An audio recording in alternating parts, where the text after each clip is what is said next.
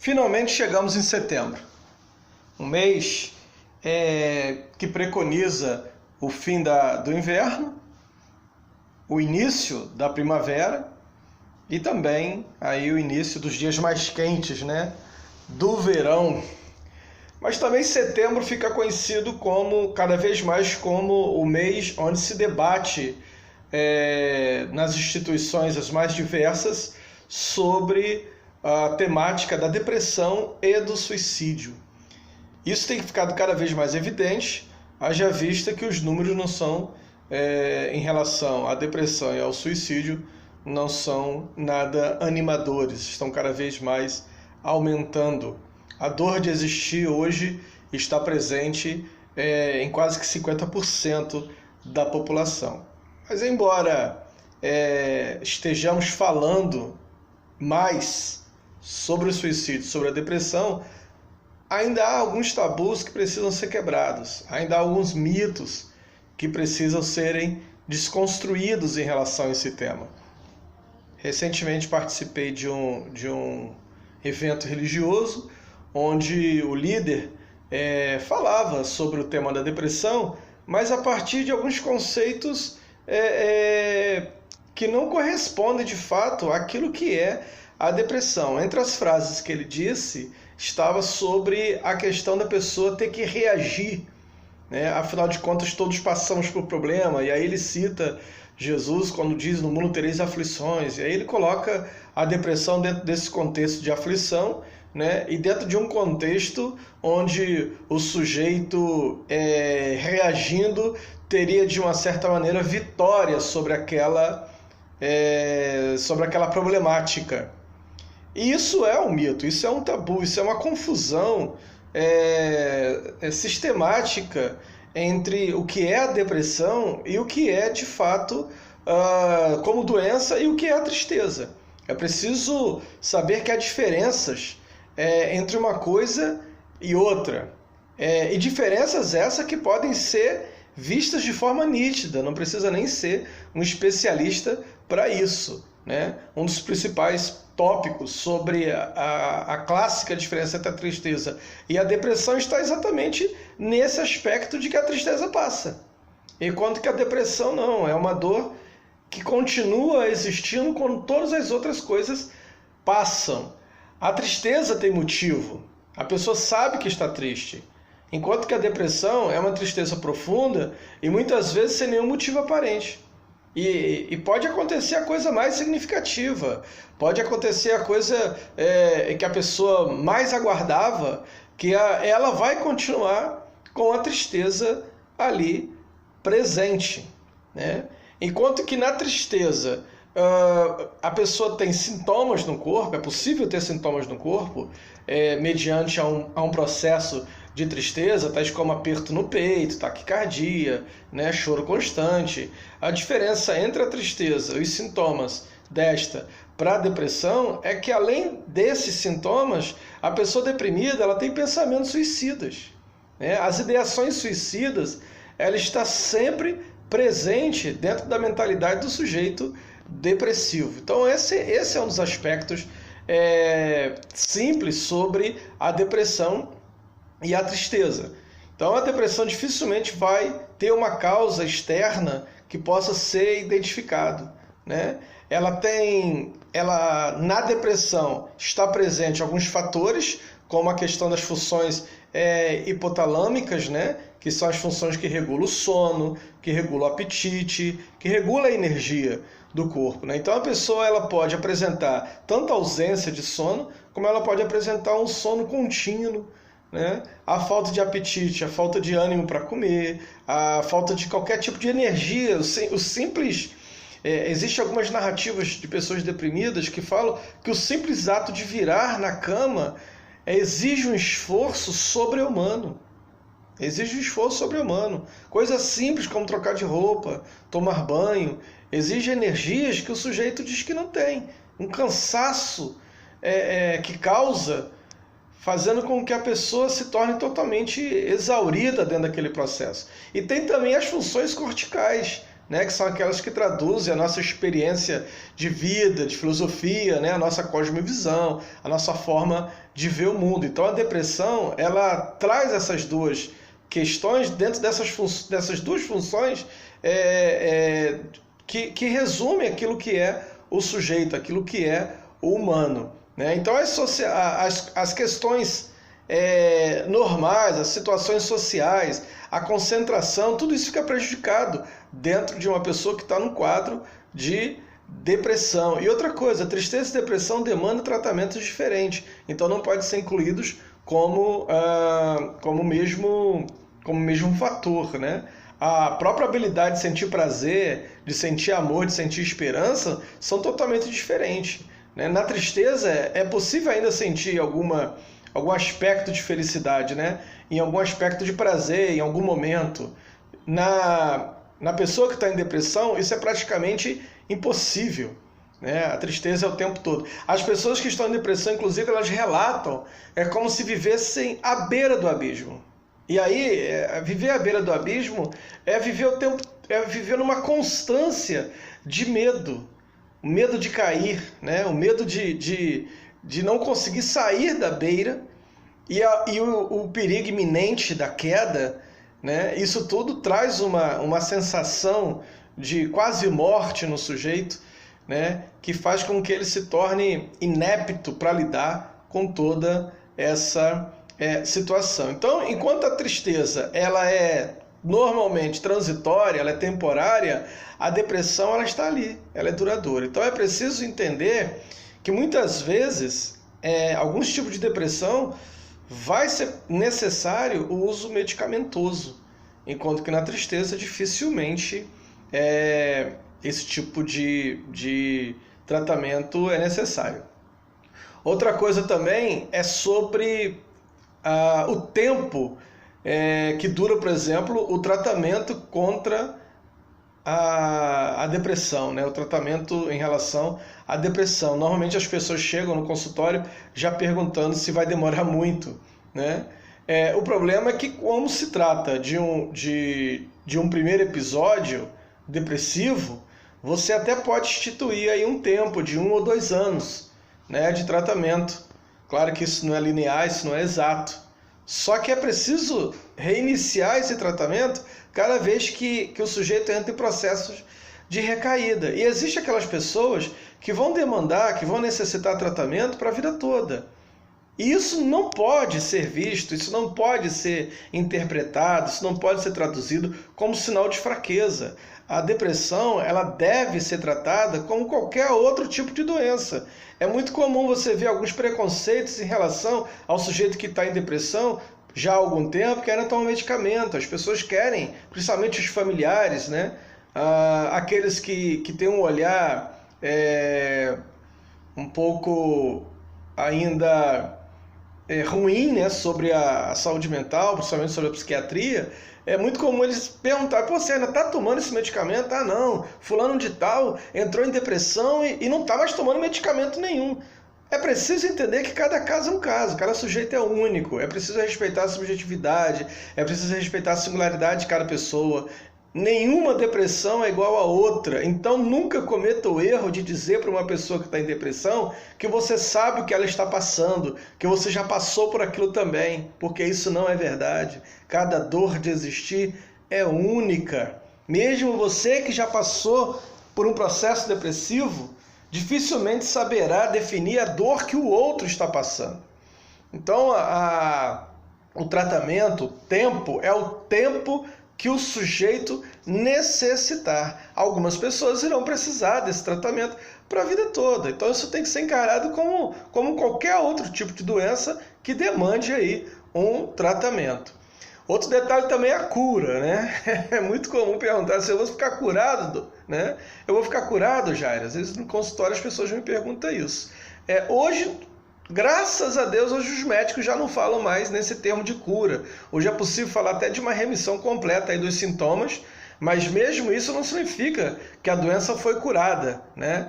É necessário aí sempre permanecer aí numa manutenção do tratamento em longo prazo. É preciso entender que também há os processos de recaída, afinal de contas o sujeito continua vivendo, né?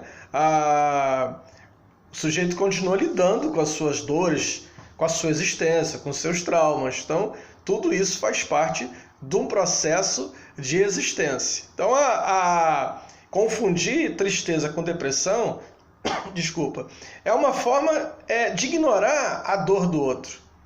Agora, existem algumas questões que podem ajudar dentro do processo de tratamento, né? É preciso entender que as causas de uma depressão, elas são hoje chamadas de fatores, né, multifatoriais. O que é multifatorial? São diversos os fatores que combinando podem originar aí, né, causar a depressão. Então, origens biológicas, né, casos de depressão na família, casos de doença mental já na família. Então, é possível que haja aí uma combinação de uma origem biológica com questões psicológicas, com questões sociais de angústia, né? Cada vez mais as pesquisas dentro do campo de estudo sobre a depressão sugerem que esses fatores somados podem causar uma mudança aí, na função cerebral, incluindo aí uma alteração na atividade desta, né?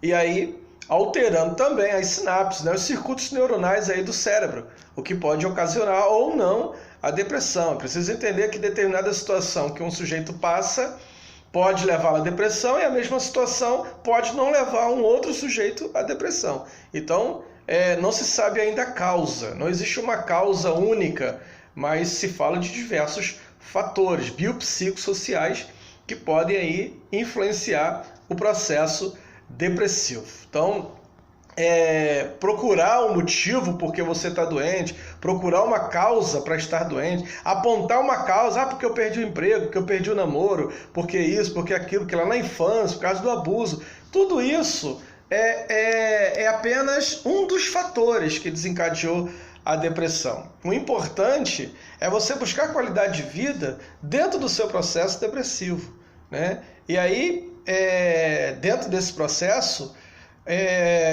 desses sentimentos de constância, de desesperança, de inutilidade, de desamparo, né? Precisa entender que o sujeito em depressão não consegue deixar de sentir que tudo está errado, que todas as coisas erradas, a culpa é dele, né?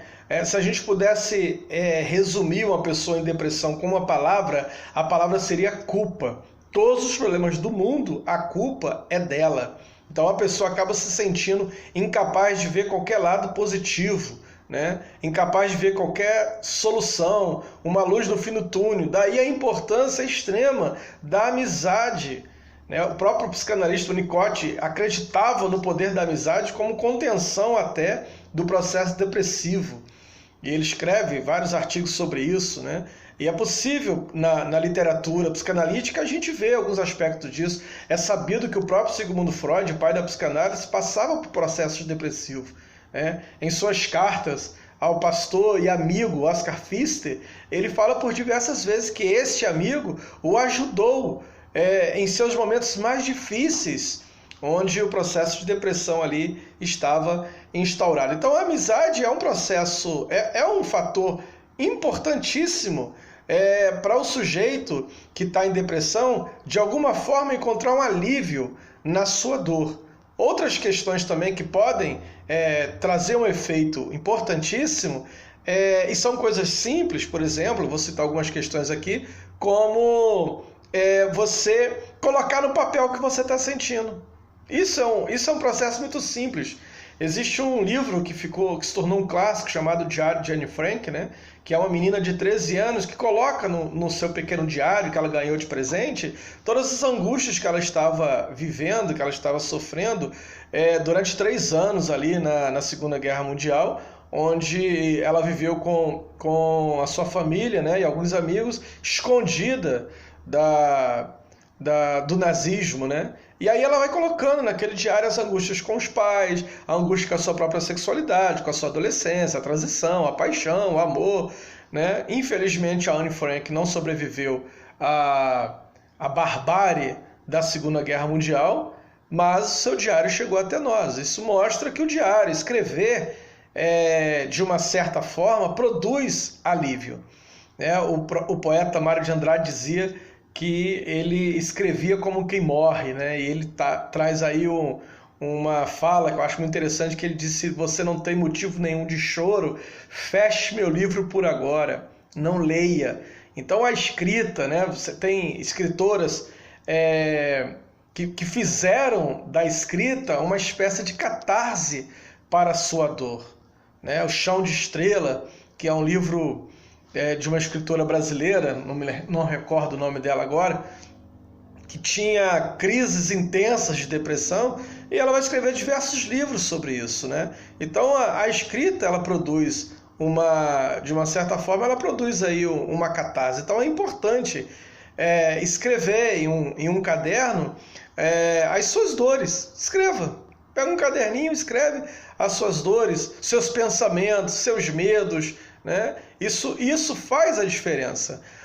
Para a pessoa que está vivendo ao lado de alguém que está em depressão, é preciso entender que falar não vai ajudar. Então fale menos, ouça mais, né? Encontre um momento apropriado, um lugar calmo para falar sobre suicídio com essa pessoa, porque provavelmente os pensamentos suicidas são recorrentes na mente dela. Incentive essa pessoa a buscar ajuda profissional, porque ainda é um tabu, né? Ajuda profissional dentro da depressão, procurar um psiquiatra, um psicólogo, um psicanalista, ainda é um tabu.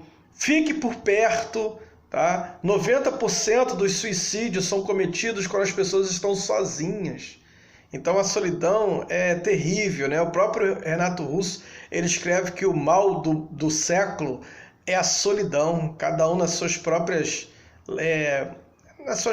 lutas, sem se preocupar um com o outro, né? Então, ficar por perto previne o suicídio. Mantenha contato com a pessoa, não condene a pessoa, não banalize, né? É muito comum a pessoa dizer: poxa, tem gente que está pior do que você, tem gente que não tem nada, você tem casa, tem gente que pega trem, você tem carro, tem gente que está desempregado, você está empregado. Esse tipo de coisa só banaliza a dor da pessoa. Então não opine, fique por perto.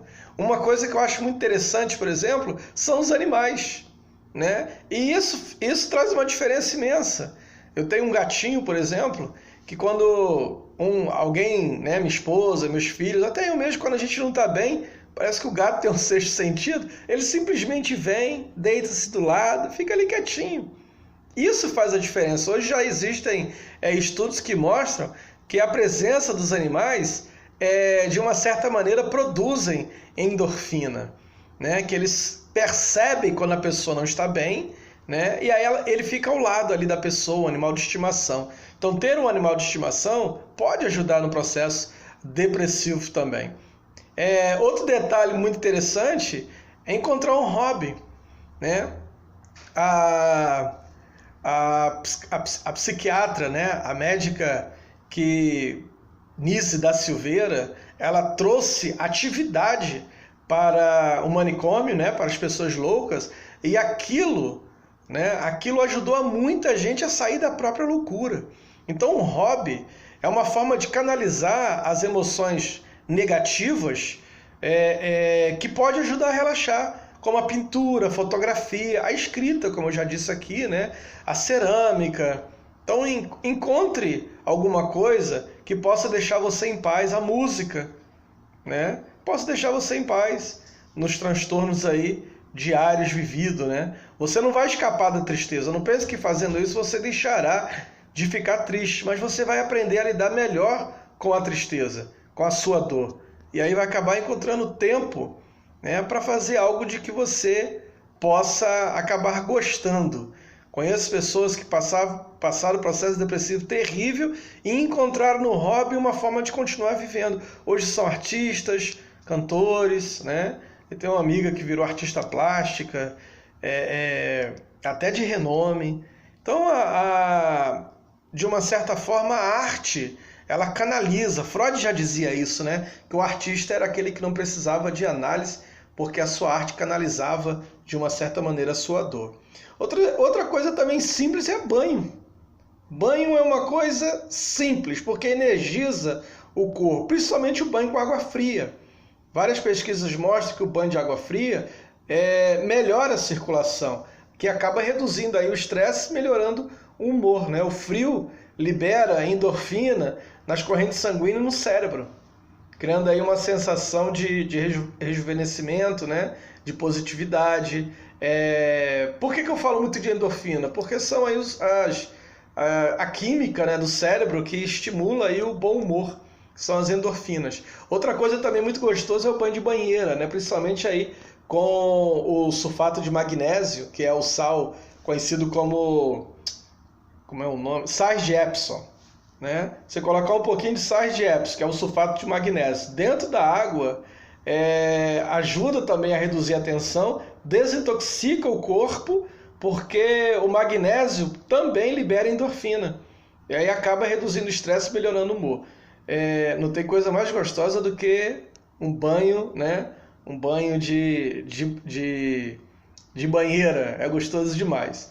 Então, essa fica aí minhas dicas em relação à depressão, de como você pode ajudar uma pessoa que está em depressão e, acima de tudo, entenda que você está, né, dentro de um processo que não pode tirar de você aquilo que de mais rico você tem, que é a sua vida.